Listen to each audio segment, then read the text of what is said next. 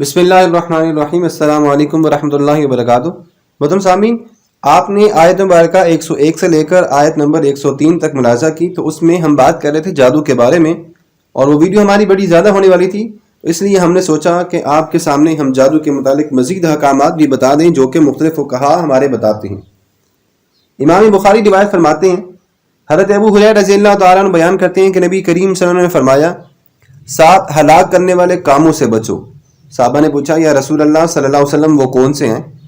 تو آپ نے فرمایا کہ اللہ کے ساتھ شریک کرنا، جادو کرنا، جس کو قتل کرنے سے اللہ نے منع کیا اس کو ناحق قتل کرنا، سود کھانا، یتیم کا مال کھانا، میدان جہاد سے پیٹ پھیر کر بھاگنا، اور مسلمان پاک دامن عورت پر تہمت لگانا۔ صحیح بخاری جلد نمبر 1 صفحہ نمبر 388۔ اس حدیث کو امام مسلم نے بھی روایت کیا ہے۔ تو اس حدیث سے معلوم ہوتا ہے کہ فی نفسی جادو کرنا حرام اور گناہ کبیرہ ہے، اور اگر جادو کے عمل میں شرکی اقوال یا افعال بھی داخل ہو جائیں تو پھر جادو کرنا کفر کہلاتا ہے۔ جادو کے متعلق فقہائے شافعیہ کا جو نظریہ ہے وہ ہم آپ کو بتاتے ہیں۔ علامہ نووی شافعی لکھتے ہیں کہ جادو کرنا حرام اور گناہ کبیرہ ہے، کیونکہ نبی کریم صلی اللہ علیہ وسلم نے اس کو 7 ہلاک کرنے والے کاموں میں شمار کیا ہے۔ اس کا سیکھنا اور سکھانا بھی حرام ہے۔ اگر جادو کرنے والے کے قول یا فعل میں کوئی چیز کفر کی مقتضی ہو جائے تو جادو کرنا کفر ہے، ورنہ نہیں، بلکہ گناہ کبیرہ ہے۔ اسی طرح جادو کے سیکھنے یا سکھانے میں کوئی قول یا فعل کفر کا مقتضی ہو جائے تو کفر ہے، ورنہ گناہ کبیرہ ہے۔ ہمارے نزدیک جادوگر کو قتل نہیں کیا جائے گا، اس سے توبہ طلب کی جائے گی۔ اگر اس نے توبہ کر لی تو اس کی توبہ قبول کر لی جائے گی۔ اسی طرح علامہ ابن حجر اسقلانی شافعی نے بھی یہی لکھا ہے، فتح الباری جلد نمبر 10۔ اسی طرح علامہ نووی نے لکھا ہے کہ ہمارے بعض اصحاب نے یہ بھی کہا ہے کہ جادو کا سیکھنا جائز ہے، تاکہ انسان کو جادو کی معرفت ہو اور وہ جادو کے ضرر سے بچ سکے اور جادوگر کامیاب نہ ہو سکے۔ ان کے نزدیک جادو کی مامنت جادو کرنے پر محمول ہے، جادو سیکھنے پر نہیں۔ شرح صحیح مسلم۔ اسی طرح جادو کے متعلق فقہائے مالکیہ کا کیا نظریہ ہے وہ بتاتے ہیں۔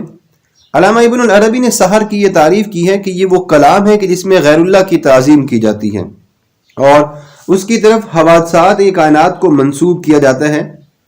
اسی طرح یہ کہا جاتا ہے کہ جادو کا سیکھنا اور سکھانا کفر ہے، خواہ اس بات سے جادو کا عمل نہ کیا جائے، کیونکہ شیاطین کی تعظیم کرنا اور حوادث کی نسبت اس کی طرف یہ کام کرنا ایسا ہے کہ کوئی عاقل بالغ مسلمان یہ کہنے کی جرت نہیں کر سکتا کہ یہ فعل کفر نہیں ہے۔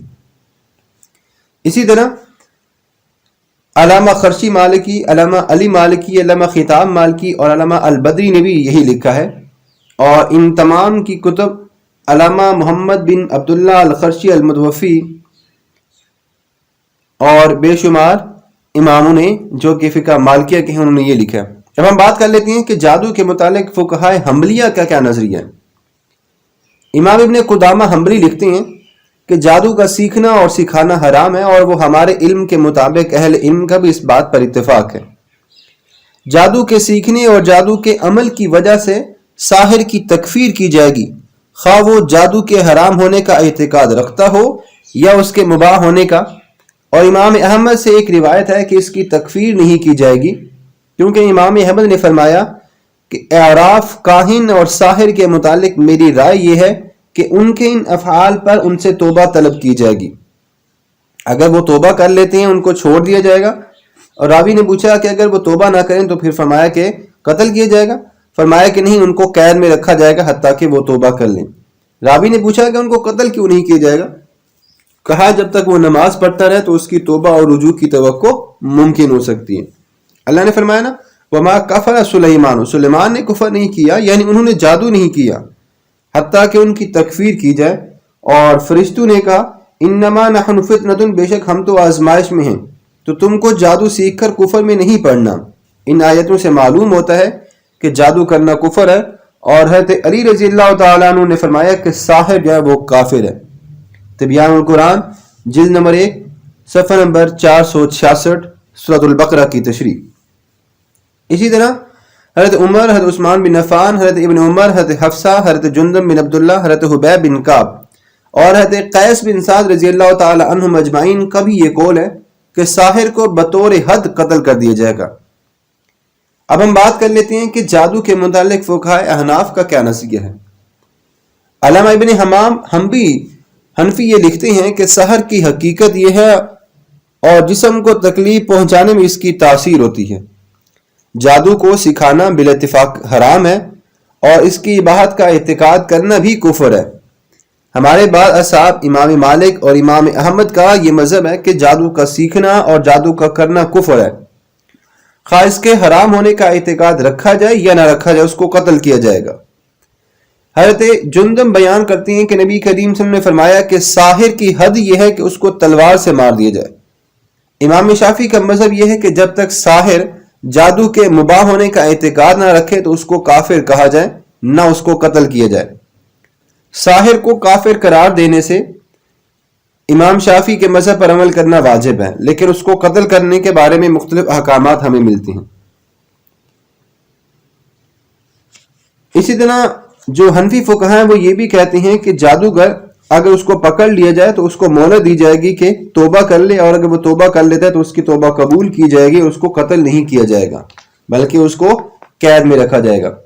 اب مذاہب اربعہ جو کہ 4 ہمارے مذاہب ہیں، ان کے نزدیک اگر ہم جادو کے بارے میں بات کریں تو وہ یہ کہتے ہیں کہ سحر کو مطلقاً جو ہے وہ کفر کے معنی میں استعمال کر سکتے ہیں، لیکن اس کو ہم یہ نہیں کہہ سکتے کہ یہ حقیقت میں کفر ہے۔ ہاں یہ گناہ کبیرہ میں ضرور ہم اس کو شامل کر سکتے ہیں، ٹھیک ہے۔ اور اس کے بعد اللہ تبارک و تعالیٰ نے بھی اس کام سے اور نبی کریم صلی اللہ علیہ وسلم نے بھی احادیث مبارکہ سے اس کام سے منع فرمایا ہے۔ تو محترم سامعین، ہم امید کرتے ہیں کہ جادو کی حقیقت کے بارے میں آپ کو سمجھ آ گئی ہوگی۔ مزید یہ کہ اگر آپ کو سمجھ نہیں آئی تو آپ ہم سے ضرور کمنٹ سیکشن میں پوچھ لیجئے گا۔ آخر میں ایک واقعہ آپ کو بتاتے ہیں۔ امام ابن جرین نے اپنی سند کے ساتھ حضرت علی رضی اللہ تعالیٰ عنہ سے روایت کیا ہے کہ فارس میں زہرا نام کی ایک حسین عورت تھی۔ ہاروت اور ماروت نے اس سے اپنی خواہش پوری کرنا چاہی۔ اس نے کہا مجھے وہ کلام سکھاؤ کہ جس کو پڑھ کر میں آسمان پر چلی جاؤں۔ انہوں نے اس کو وہ کلام سکھایا، وہ اس کو پڑھ کر آسمان پر چلی گئی اور وہاں اس کو مسخ کر کے زہرا ستارہ بنا دیا گیا۔ جامع البیان جلد نمبر 1 صفحہ نمبر 363۔ حافظ ابن حجر اسقلانی نے امام ابن اسحاق کے حوالے سے لکھا ہے کہ ہاروت اور ماروت کا قصہ حضرت نوح علیہ السلام کے زمانے سے بھی بہت پہلے کا ہے، اور جادو نوح علیہ السلام سے پہلے موجود تھا۔ اسی لیے اللہ تبارک و تعالیٰ نے خبر دی تھی کہ قوم نوح نے ان کو ساحر گمان کیا ہے، اور قوم فرعون سے پہلے بھی سحر موجود تھا، وہ بھی حضرت سلیمان علیہ السلام سے پہلے۔ فتح الباری جلد نمبر 10 صفحہ نمبر 223۔ اور یہ بھی معلوم ہوتا ہے کہ یہ قصہ حضرت سلیمان علیہ السلام کے زمانے کا ہے۔ بات کرتے ہیں ہاروت اور ماروت کے بارے میں، تو اللہ تبارک و تعالیٰ کے یہ 2 فرشتے تھے، اور اللہ تبارک و تعالیٰ نے انہیں زمین پر بھیج دیا گیا، اور ان کے لیے زمین کی ہر چیز حلال کر دی گئی۔ شرک، چوری، زنا، شراب نوشی، قتل، ان چیزوں سے منع کر دیا گیا۔ وہ زمین پر آ کر رہنے لگے۔ انہوں نے ایک عورت کو دیکھا تو بہت حسین تھی، وہ اس پر فدا ہو گئے۔ انہوں نے اس سے زنا کا ارادہ کیا۔